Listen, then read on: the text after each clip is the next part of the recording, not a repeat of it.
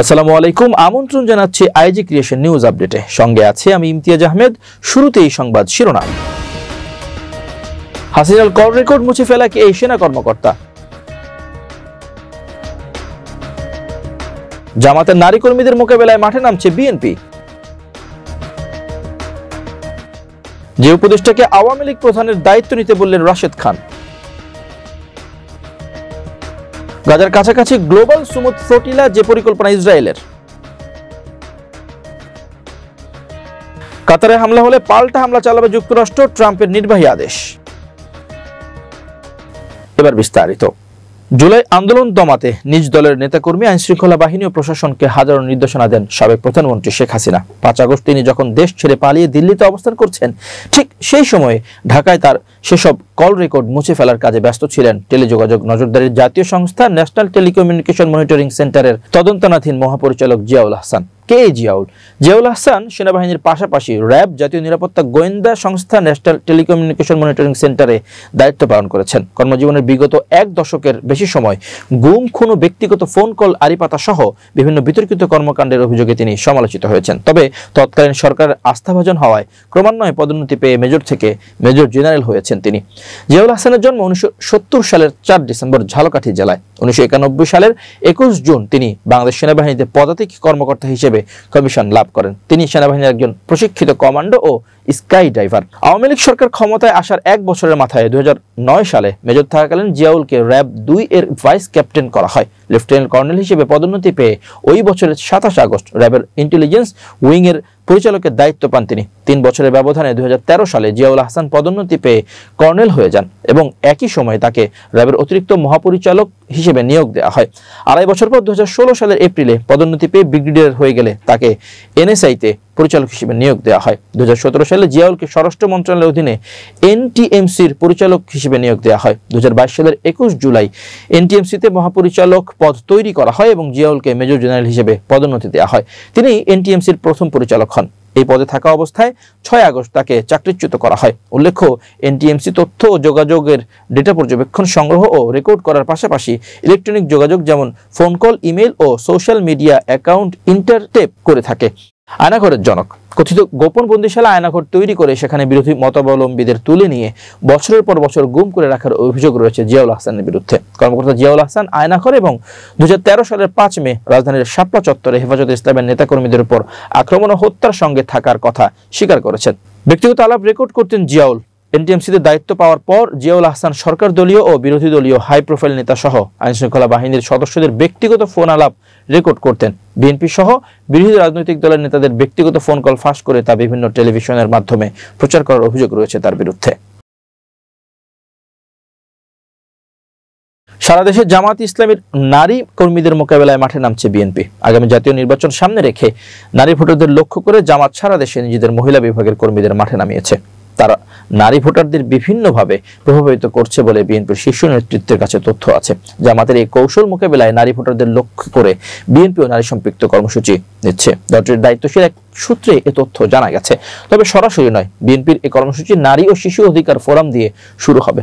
2019 সালের আগস্টে আত্মপ্রকাশ করা এই ফোরামের আহ্বায়ক বিএনপির স্থায়ী কমিটির সদস্য সেলিমা রহমান ও সদস্য সচিব ঢাকা জেলা বিএনপির সাধারণ সম্পাদক নিপুণ রায় চৌধুরী। ফোরামের দায়িত্বশীল নেতারা প্রথম আলোকে জানিয়েছেন, এটি হবে মূলত ঘরোয়া কর্মসূচি। বিএনপি সমর্থিত সাবেক ও বর্তমান জনপ্রতিনিধিদের সম্পৃক্ত করে এই কর্মসূচি পরিচালনা করা হবে। অর্থাৎ সারা দেশের ইউনিয়ন, পৌরসভা ও উপজেলা পরিষদে বিএনপি সমর্থিত সাবেক ও বর্তমান জনপ্রতিনিধিদের একত্র করে নির্বাচন কেন্দ্রে কিছু দলীয় নির্দেশনা দেওয়া হবে। কর্মসূচিতে আগামী দিনে বিএনপির ভাবনা, নারীর অধিকার সুরক্ষা ও ক্ষমতায়ন, বিশেষ করে নারী ভোটারদের সচেতন করার বিষয়ে সুনির্দিষ্ট বক্তব্য থাকবে। ফোরামের নেতারা জানিয়েছেন, 14 অক্টোবর খুলনা বিভাগ দিয়ে কর্মসূচি শুরু হবে। পরপর 3 দিন খুলনা অঞ্চলের জেলাগুলোয় কর্মসূচি পালন করা হবে। এরপর পর্যায়ক্রমে অন্যান্য বিভাগে কর্মসূচি নেওয়া হবে।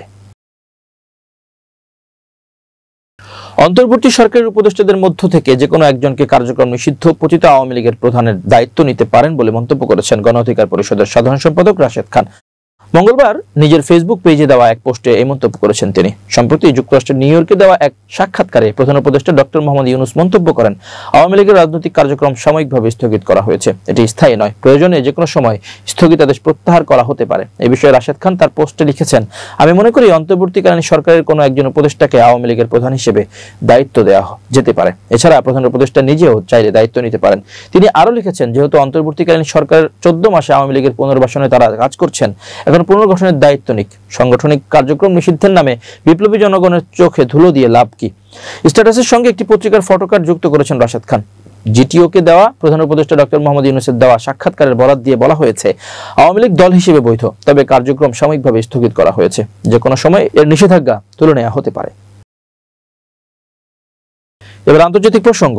গাজা অভিমুখী আন্তর্জাতিক নৌবহর গ্লোবাল সুমুদ ফ্লোটিলা ইসরায়েলের ঘোষিত বিপদসীমায় প্রবেশ করেছে। গাজার উপকূল থেকে প্রায় 370 কিলোমিটার বা প্রায় 200 নটিক্যাল মাইল দূরে অবস্থান করছে এই নৌবহরটি। বুধবার ইসরায়েলি সংবাদ মাধ্যম ইএনএত নিউজ এক প্রতিবেদনে জানায়, গাজার দিকে এগিয়ে যাওয়া গ্লোবাল সুমুদ ফ্লোটিলার কয়েকটি জাহাজ আসদ বন্দর এবং বাকি জাহাজগুলো ডুবিয়ে দেওয়ার পরিকল্পনা করছে ইসরায়েলি বাহিনী। প্রতিবেদনে আরো বলা হয়েছে, ইসরায়েলি নৌবাহিনী জাহাজগুলো আটকের প্রস্তুতি নিচ্ছে। অধিকার কর্মীদের উপর হামলা চালিয়ে জাহাজগুলো জব্দ করার পরিকল্পনা তাদের। জাহাজগুলো জব্দের সময় অধিকার কর্মীদের মধ্যে হতাহতের ঘটনা ঘটতে পারে এমন আশঙ্কা থেকে আসদ বন্দরের আশেপাশে হাসপাতালগুলোতে ব্যাপক প্রস্তুতি নিয়ে রাখতে বলা হয়েছে। অপরদিকে তাদের আটকের জন্য আসদ বন্দরে প্রায় 500 পুলিশ সদস্য মোতায়েন করেছে দেশটি। প্রায় 40টি জাহাজে ত্রাণ নিয়ে ফিলিস্তিনের গাজা উপত্যকার দিকে যাচ্ছে বিশ্বের বিভিন্ন দেশ থেকে দেশের অসংখ্য অধিকার কর্মী। বিশ্লেষকরা জানিয়েছেন, এই উদ্যোগ বিশ্ব সম্প্রদায়ের নজর কাড়ার পাশাপাশি ইসরায়েলের নীতি এবং মধ্যপ্রাচ্যের বর্তমান পরিস্থিতি নিয়ে আন্তর্জাতিক চাপ বৃদ্ধিতে সহায়ক হতে পারে, কারণ আন্তর্জাতিক মানবাধিকার সংস্থা এবং বিভিন্ন দেশের নৌবাহিনী বিষয়টি সতর্কতার সঙ্গে পর্যবেক্ষণ করছে। বহির্বিশ্বের কোন দেশ দ্বারা কাতার আক্রান্ত হলে পাল্টা হামলা চালাবে যুক্তরাষ্ট্র, এমনই নির্বাহী আদেশ সই করেছেন মার্কিন প্রেসিডেন্ট ডোনাল্ড ট্রাম্প। এর মাধ্যমে মার্কিন প্রেসিডেন্ট কাতারের পূর্ণ নিরাপত্তা নিশ্চিত করলেন। বুধবার 1 অক্টোবর এক প্রতিবেদনে আল জাজিরা এই তথ্য জানিয়েছে। ট্রাম্পের সই করা নির্বাহী আদেশে বলা হয়েছে, বহিরাগত আক্রমণ থেকে কাতারের নিরাপত্তা ও আঞ্চলিক অখণ্ডতা নিশ্চিত করা যুক্তরাষ্ট্রের নীতি। কাতার শান্তি, স্থিতিশীলতা ও সমৃদ্ধির সন্ধানে যুক্তরাষ্ট্রের একটি অটল মিত্র এবং যুক্তরাষ্ট্র ও কাতার সশস্ত্র বাহিনীর মধ্যে ঘনিষ্ঠ সম্পর্ক বিদ্যমান। নির্বাহী আদেশে বলা হয়, কাতারের রাষ্ট্রের ভূখণ্ড, সার্বভৌমত্ব বা গুরুত্বপূর্ণ অবকাঠামোর উপর যে কোনো সশস্ত্র আক্রমণকে যুক্তরাষ্ট্রের শান্তি ও নিরাপত্তার জন্য হুমকি হিসেবে বিবেচনা করবে যুক্তরাষ্ট্র। এই ধরনের আক্রমণের ক্ষেত্রে যুক্তরাষ্ট্র এবং কাতারের স্বার্থ রক্ষা ও শান্তি স্থিতিশীলতা পুনরুদ্ধারের জন্য কূটনৈতিক, অর্থনৈতিক এবং প্রয়োজনে সামরিক সহ সকল আইনগত এবং উপযুক্ত ব্যবস্থা গ্রহণ করা হবে। কাতারের রাজধানী দোহায় চালানো হামলায় দেশটির একজন নাগরিক নিহত হওয়ার ঘটনায় ক্ষমা চান ইসরায়েলের প্রধানমন্ত্রী বেনিয়ামিন নেতানিয়াহু। সোমবার কাতারের প্রধানমন্ত্রী শেখ মোহাম্মদ বিন আব্দুল রহমান বিন জসিম আল থানির কাছে ক্ষমা চান তিনি। সোমবার হোয়াইট হাউসে যুক্তরাষ্ট্রের প্রেসিডেন্ট ডোনাল্ড ট্রাম্পের সঙ্গে বৈঠক করেন নেতানিয়াহু। সেখান থেকে কাতারের প্রধানমন্ত্রীকে যৌথভাবে ফোন করেন তারা। ওই ফোন কলে ক্ষমা চান নেতানিয়াহু। প্রিয় দর্শক, শেষ করছি আইজি ক্রিয়েশন নিউজ আপডেট। আজ এই পর্যন্তই। ভিন্ন খবর নিয়ে দেখা হবে আগামীকাল সন্ধ্যা 7:30টায়। নিজেকে আপডেট রাখতে সাবস্ক্রাইব করুন চ্যানেলটি। নিয়মিত লাইক, কমেন্ট ও শেয়ার করে ছড়িয়ে দিন সর্বত্র। সুস্থ থাকুন, নিরাপদে থাকুন। আল্লাহ হাফেজ।